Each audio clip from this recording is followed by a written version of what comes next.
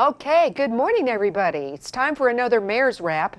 One of my favorite shows because this way I find out exactly what's going on in the city. And as always, I welcome Mayor Christie. Good to see you again from the back lot. Yes, from the back lot. You know, I think the back lot looks really good. It makes everything looks kind of official, and we like that part. Yeah. You know what? We've got a lot to talk about today, so let's just do. dig right in. Sure.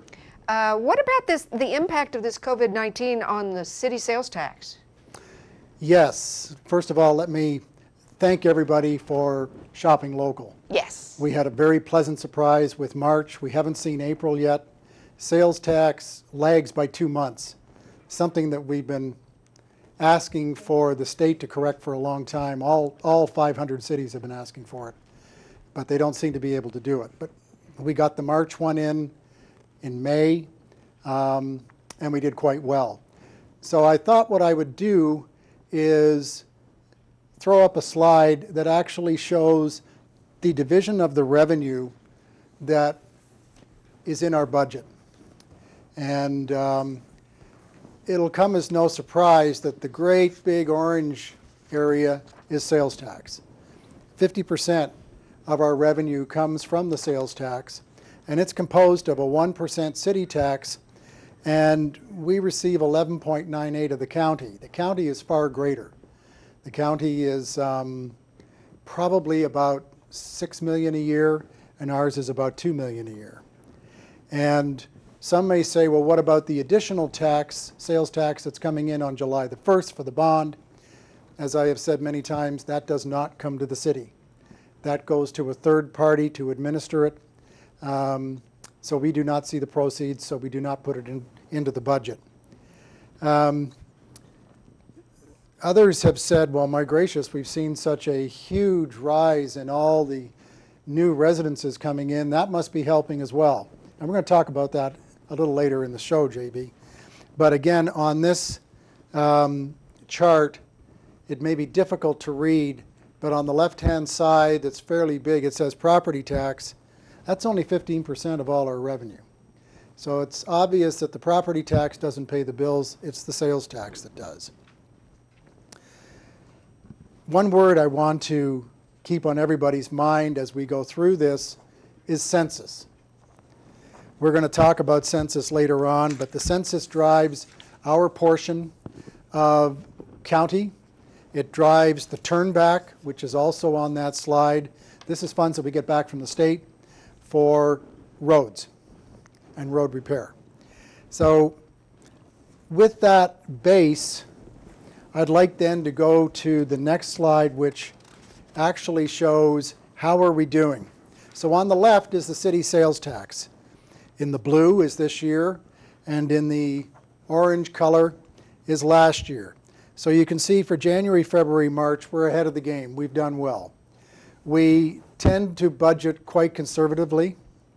It's better to overperform than underperform. So we watch the budget very, very carefully as to how we build it. The county sales tax turnback, which I mentioned before is 11.98% of their collections, is also doing very well. The blue, which is 2020, is ahead of last year.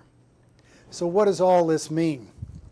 If you look at March, for example, for both the county and the city, the expectation was that we were going to take a hit because COVID hit roughly the middle part of March, but it didn't happen. Not surprisingly, one of the main areas that helped boost the tax were the grocery stores because everybody was going out buying toilet paper. Yes. And so we're thankful for that. But there was also some areas that just did not decline, such as the hardware stores, in particular T.H. Rogers, because the building hasn't stopped. And so it was a good surprise. Are we going to see a hit in April? Yes, we are anticipating a hit in April, but the good news is that we're sitting right now on a combined budget year-to-date surplus of $286,000. That will help. Plus, I'm going to talk later on about our reserves. We actually have a law that we passed in 2018 governing how much we have to keep in reserves, and we have much more than that. So we'll talk about that a little later on as well. So I just want to assure everybody we're going to do fine. You know, we are going to survive this. And so far, no furloughs, no layoffs of any city staff, and that's still the mantra, because I believe that the residents still expect all the services that they usually depend upon, even in the middle of this pandemic. I would say especially in the middle of this Yeah, pandemic. that's true. Now, talking about the reserves, if you move on with the slides that I brought, we have a law that we passed in 2018 as part of our total fiscal ordinance, which I might add we're one of the few, if the only cities that has one in all of Northwest Arkansas, is that we must keep on hand 25% of unrestricted revenue. And you can see that as of the end of April 2020, we're actually sitting at 48% as opposed to 54% last year. So we're flush with cash. If all else fails and we shut everything down except really the crucial salaries, benefits, etc., we can weather the storm for at least 6 months, probably longer. But I do want to just point out that it is unrestricted revenue. So what is unrestricted revenue?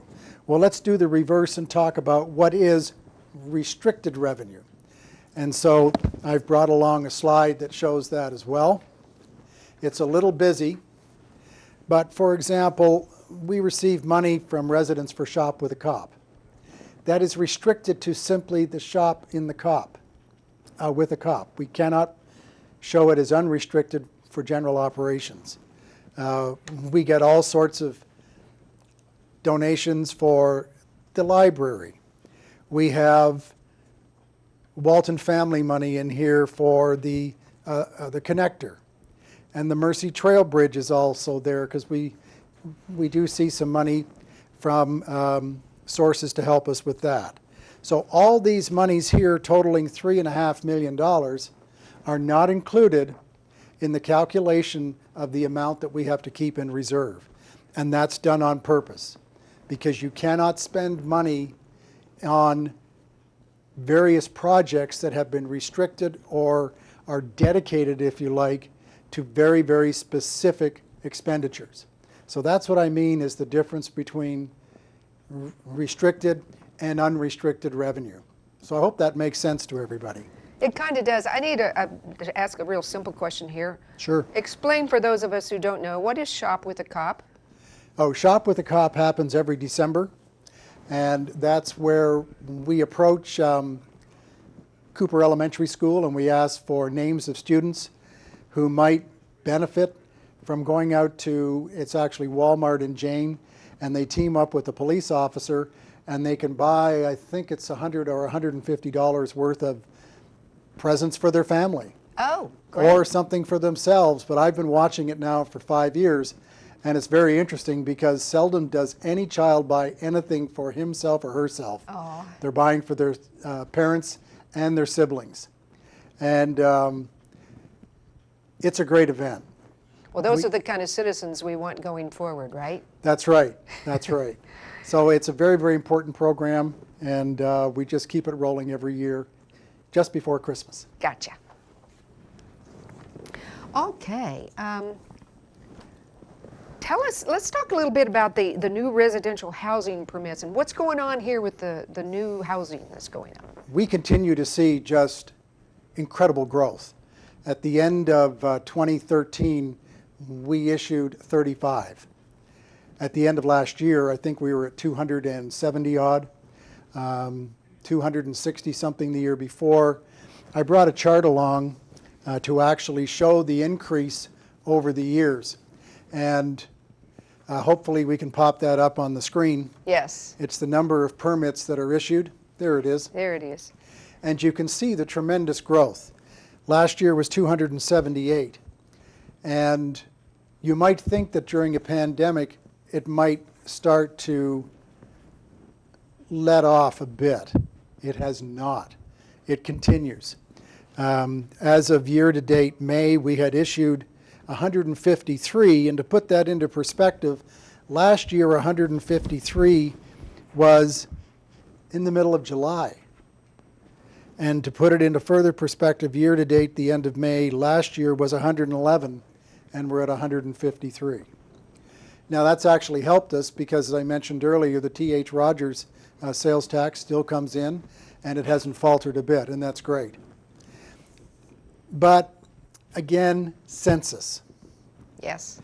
So in order to meet the expectations of the new residents when it comes to infrastructure, police, fire, and roads in particular, there is the expectation that when I have a house and I build on a lane that has never been built on before, and I build way at the far end of the lane, the city's going to come in and pave all the way to the end of the lane. No, we are not.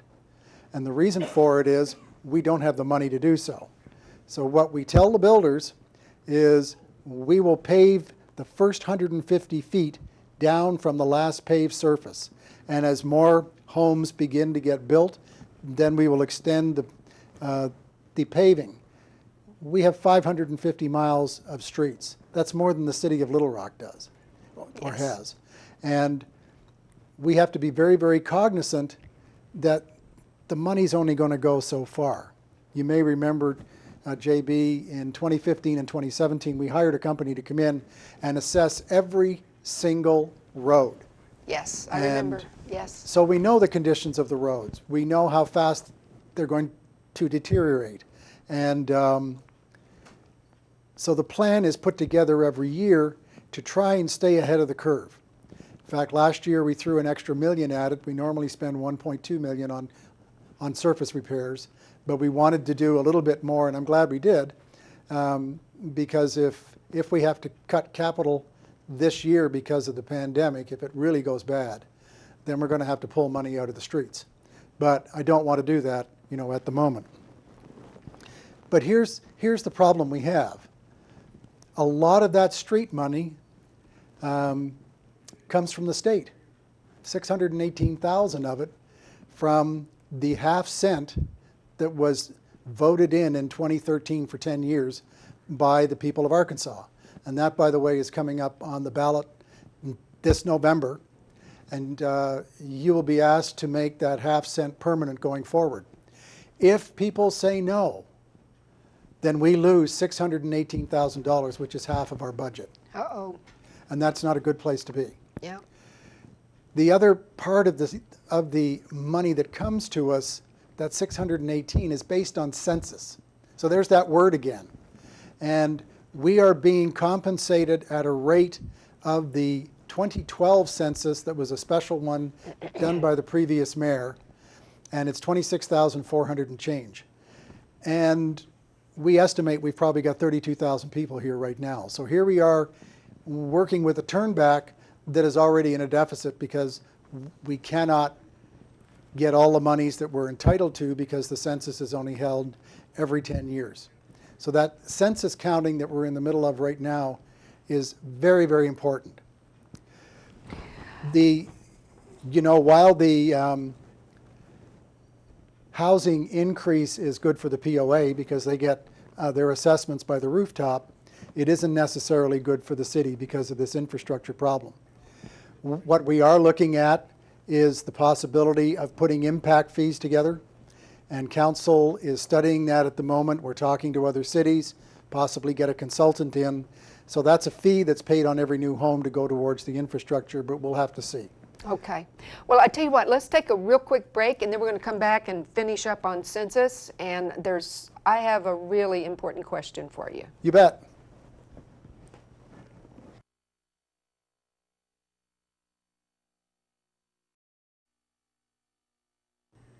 Hi there, welcome back. We're in the middle of a great discussion, so let's kind of continue on, Mayor Christie, with the talk about the census, 2020 census and the importance of it. Yes, you've heard me talk throughout the first part of the program about how the census impacts so many things. Turnback fees from the state, turn back sales tax from the county, but it also affects our ability to get grants from the feds. Everything goes back to census, and we're already underfunded because our population is greater than the last census. So we have been pushing hard for census this year. I've been talking about it since October, encouraging people to get ready for it. Around the end of March and the beginning of April, you should have seen something arrive in the mail that was a form asking you to either fill it in or go online, or you can actually telephone the information in, and there's a code on the front of the form that is specific to you. And so we've been encouraging everybody to do this. We, from the get-go, have been the best city in the entire state. We're currently sitting at a response rate of 78.5. Wow. And the next is Maumelle at 74.3. And then it goes all the way down to the state level, which is in the mid-50s. We can get ours much higher. And so if you have not filled in your census form or called it in or go on the internet to answer the questions, please do so. It takes less than 5 minutes. But something that we've started now at City Hall is a kiosk. And I brought a slide that shows the picture of the kiosk that we've set up for you. We were originally going to use the library, but unfortunately the library is closed because of COVID. So we have this on a pedestal that is in the lobby of City Hall so that you can bring your piece of paper with your code and actually fill it in there.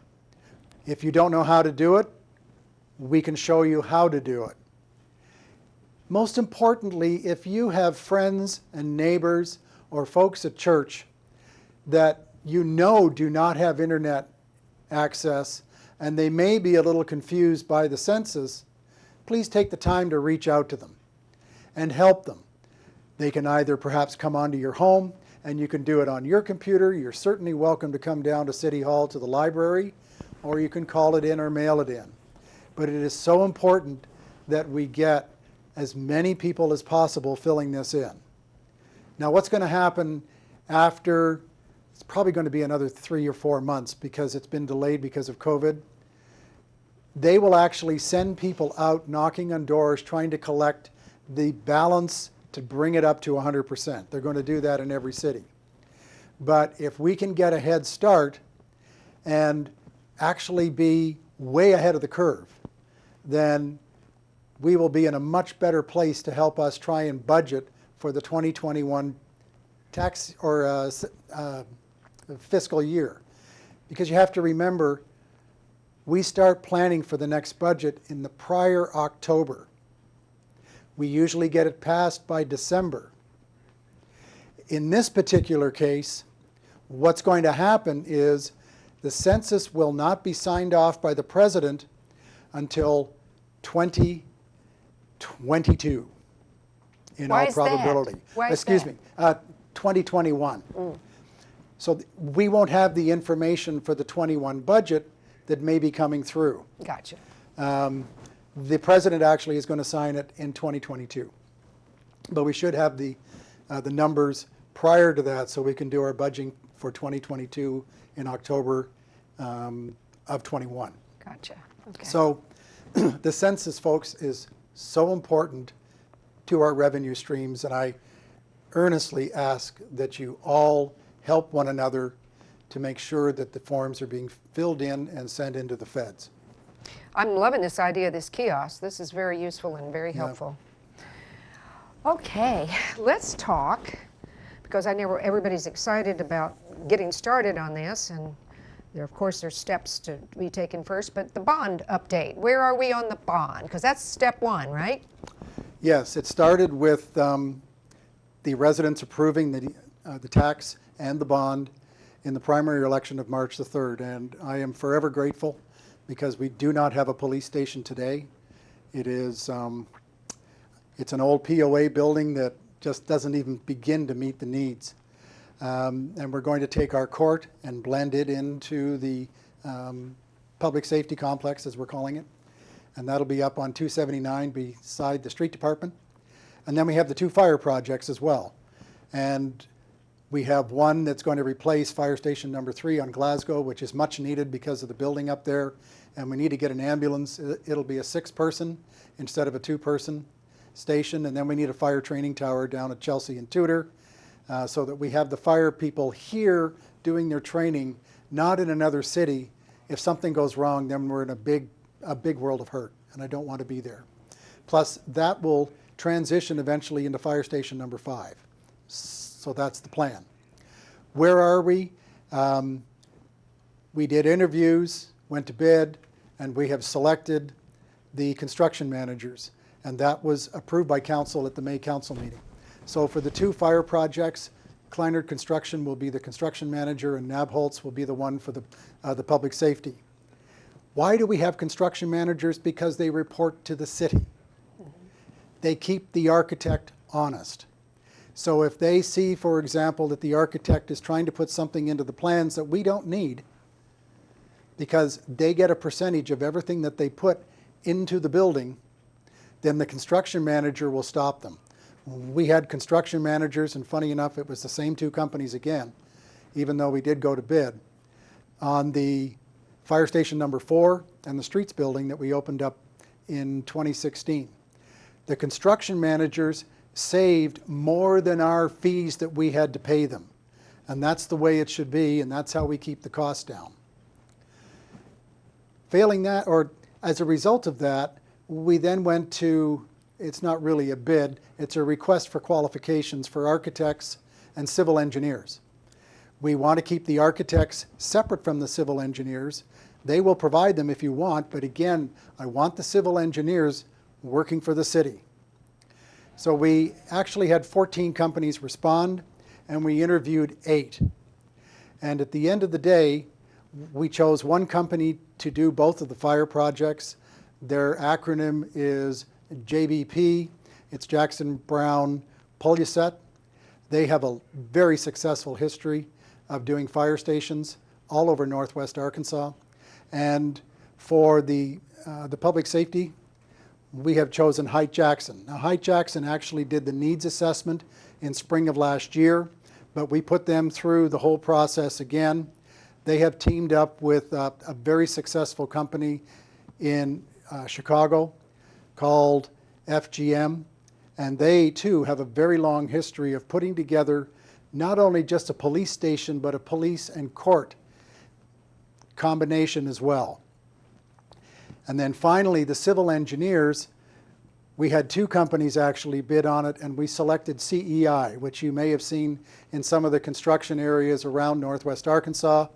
We've worked with CEI before, very professional. They have worked with Nabholz, and they've also worked with Kleinert, as they have with Height Jackson and Jackson Brown as well on the architectural side. So they all know each other, and they all respect each other, which is a huge plus for us. So we're asking council to approve the architects and the civil engineers this Monday.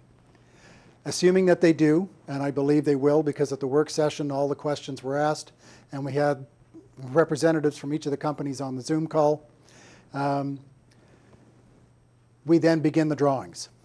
And how long is it going to take the drawings to get to the construction drawings and ready to put a spade in the ground? For the fire projects, it'll probably take 5 to 7 months. For the public safety complex, it'll probably take 10 months or 11 months because it's much more complex. Once that happens, then we can put a spade in the ground and start building. Now, backing up a bit, we still have to have the money to do it. And again, remember, when they sell the bonds, the city does not see that money either. It goes to that same third party that is receiving the special 1-cent tax that's going to start in July.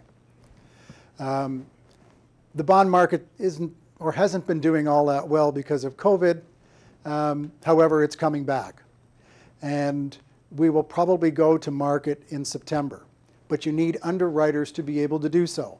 So we've also been looking at underwriters along with our municipal finance advisor, which is Raymond James out of Little Rock.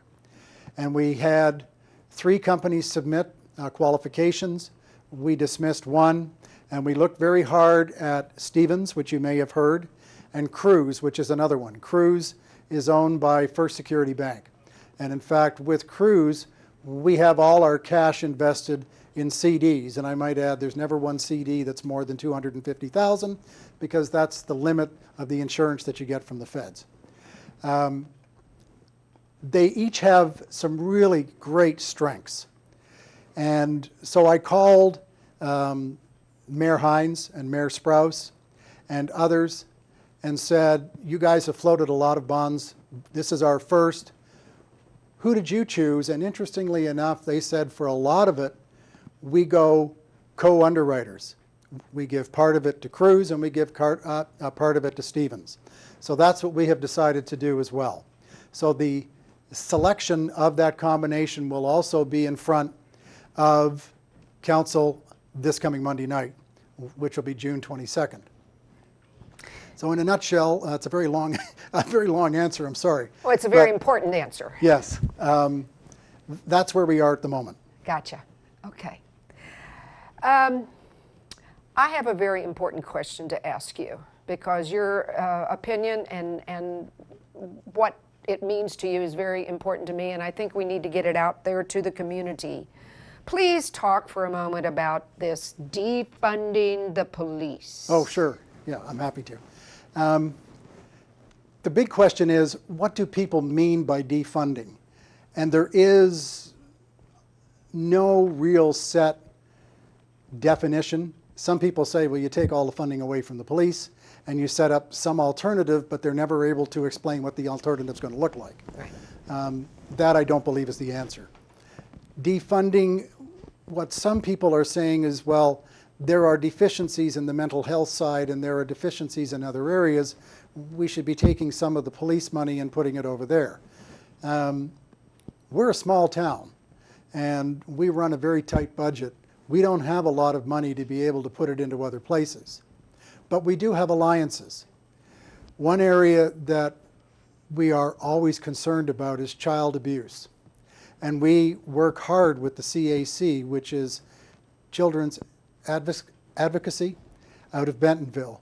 And in fact, our detectives are working with them all the time.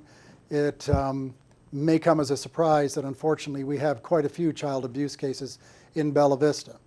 So we contribute some money to that organization, but most of it comes from the state. And it is just such an important organization to help rescue the kids and turn their lives around. One of the areas that we do struggle, JB, and every single police force that I know of up here struggles with the same thing, is the lack of facilities for those who need some mental assistance. You know, arresting someone and you know darn well that they shouldn't be going to jail is not the answer, but there's no place to take them. There was a brief moment when extra beds came up, and it's called behavioral health, down in Northwest hospitals, and the beds were full within 2 weeks. And they continue to be full. That's down in Springdale, so it's a long drive for us, but it certainly would be worth it if we could get the beds. That, from my perspective, is something that we really have to home in on. We have to be able to help those folks because the police simply can't say, you know, you can't look after yourself, therefore I'm going to put you into some sort of clinic that's going to help you. There's no law that says that you have the ability to do that. They either have to do it themselves or through their doctor. And unfortunately, that just never seems to be the case. You know, we've also seen a great deal of racial unrest. And I understand it. I understand the protests. I'll share a story with you, JB. Back in the mid-'80s, I worked in Saudi Arabia for 4 years. And on one of our vacations, we went to Kenya. And I can remember standing on a street, holding the hands of my then very little boys. And my wife was in a store shopping for something. And I suddenly became aware of the fact that I was surrounded by a sea of black. And I said to myself, so that's what it feels like. And I have never, ever forgotten that lesson. And I have been involved in some of the inclusion groups that have been working very, very hard in Northwest Arkansas, and I continue my commitment towards it. We have also heard a lot of discussion about we have to change the habits and the performance of the police. And I'm happy to tell you, we actually did that 4 years ago. I sat down with the police chief and I said, the role of a police officer is now becoming a social worker. And we have to change all our training, which we did.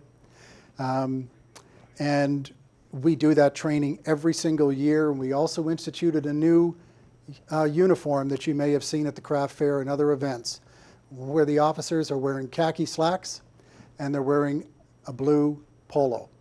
It softens the approach and I think is much more appropriate for those type of gatherings. You know, I encourage everyone to go through the Citizens Police Academy. You're still doing that, I guess. Yes. And it really helps you understand as citizens how hard, how difficult the job of being a policeman is. Please do that. And also do what you can to, nobody has any answers right now. Nobody has any real answers, but I depend on our police department and I'm very proud of what they do. You know, we don't have a lot of time left, Mayor, so I think we wanted to talk on a very happy note about shopping local. It's our city, right? Yeah, look, folks, it's our city. Shop local. I know we don't have everything that you need, and I understand that, but in restaurants alone, the leakage to the other cities is $38 million in gross sales a year. So when you're thinking of going out for a meal or purchasing something that you know you can get here in Bella Vista, please do it. It really helps the community, and in turn, it helps you because we're able to provide services that you expect from us. You know, there was the show right before this one today, Mayor. You would have found it interesting. Rhonda from Just Peddling was on, and she said you'd be surprised that her business has done very well, but the people in Bella Vista are so good to each other and caring about the community that they call sometimes and send flowers to themselves to cheer themselves up from the COVID, and also just to support Rhonda and our local businesses. So. Yes, people, let's shop local. It is our city, and I'm proud to be here. I hope you are as well. Thank you, Mayor. I'm always feeling so much more informed after these wraps. It's delighted to be here. I look forward to the next one. Okay, thank you. Bye, Bella Vista. We'll see you again. Bye-bye.